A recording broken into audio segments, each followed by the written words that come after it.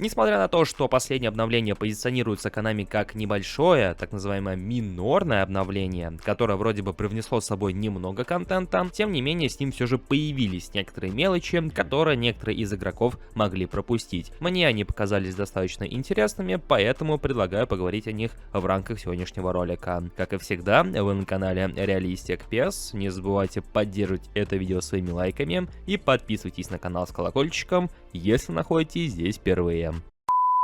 Все мы с вами знаем, что если копить монеты в eFootball, то все равно не удастся выявить желаемого эпика. А поэтому, если вам необходимо приобрести монеты для eFootball Mobile, то вам на PlayRock. PlayRock — это маркетплейс товаров и услуг. Помимо приобретения желаемого товара, вы также можете предложить свои товары и услуги. Приобрести любой интересующий вас товар можно быстро и, самое главное, легко. Выбираем удобный способ и оплачиваем в пару кликов. Все происходит быстро и, самое главное, безопасно. Помимо всего прочего, на PlayRock постоянно проходят розыгрыши, поэтому переходите по ссылке и закупайтесь по лучшим ценам.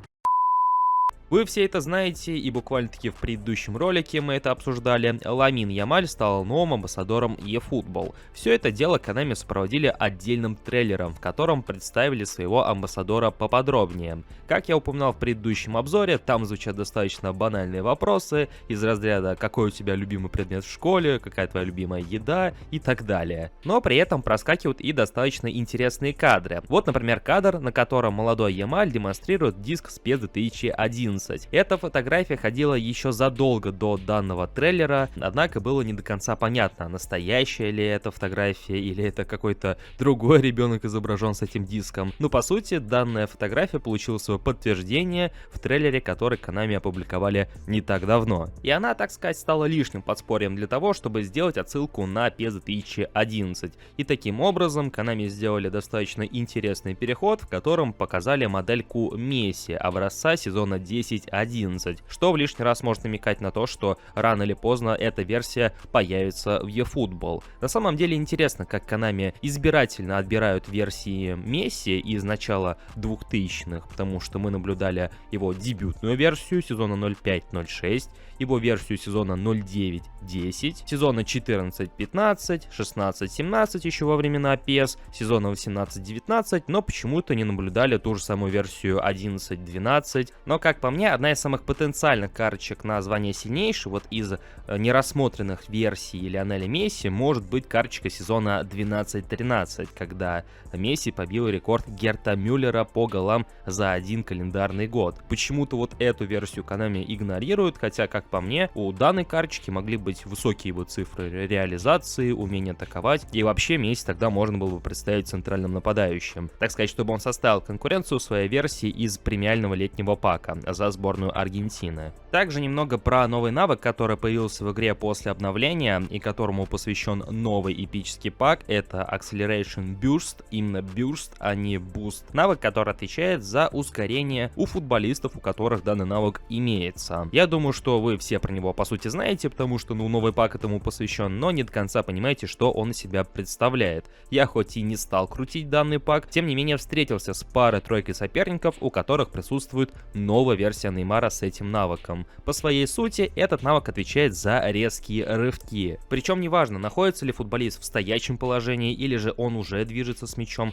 в любой момент данный навык позволяет сделать ему резкий рывок в сторону, то есть резко сменить направление. В потенциале в руках игроков, которые любят, вы знаете, водиться за модельки, которые любят водокат, которые любят провоцировать других соперников своими финтами, размениванием на месте, подобный навык у футболистов может стать достаточно опасной штучкой. Он не то чтобы не контрится, нет, правильное сопровождение и игра в защите в принципе спокойно позволяет контролировать ситуацию против таких соперников. Но опять же, любителей спама финтами данный навык очень даже может порадовать. И вновь мы обращаем внимание на новоиспеченного Неймара с его новым навыком, в частности, опять же отсылаюсь на свой предыдущий ролик, поскольку там я отмечал, что у новой карточки появилась новая моделька. И вместе с этим я тогда выразил недоумение, почему у эпической карточки того же самого сезона была старая моделька, то есть, грубо говоря, реюз, в то время как у, по сути, той же самой карточки новая моделька. Но суть заключается в том, что карточки вроде бы и одного сезона, но тем не менее, что первая, что вторая карточка затрагивают немного разные промежутки. Если эпическая карточка, по-моему, отсылается к финалу Лиги Чемпионов сезона 14-15, то вот бигтаймовская карточка отсылается как раз-таки все к тому же матчу против Атлетика, где мы наблюдали то самое празднование тройки МСН. Но все сказанное по части того, что жалко, что Konami не обновили модельку для эпической карточки, а просто сделали реюз, он все еще остается. То есть мне все еще обидно, что тогда для той карточки Konami не удосужились сделать несколько иную модельку, потому что, ну, все равно лицо на карточке и моделька, они немного различаются. Но интересно здесь другое, потому что если мы проследим логику Konami, которой они придерживаются, то мы уже имеем одну бигтаймовскую карточку Месси,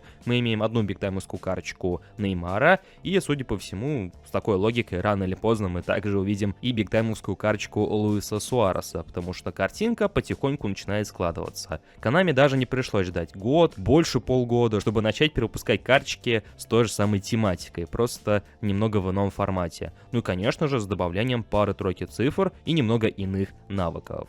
И это все, о чем я хотел рассказать в рамках сегодняшнего ролика, что в потенциале вы могли пропустить и что могло пройти мимо вас, так сказать. В комментариях, как и всегда, буду ждать ваше мнение касаемо всего увиденного и услышанного. Поддерживайте это видео своими большими пальцами вверх, подписывайтесь на наши соцсети, ссылки на которые присутствуют в описании, подписывайтесь на этот канал. Ну и желаю вам удачи в матчах. До скорых встреч!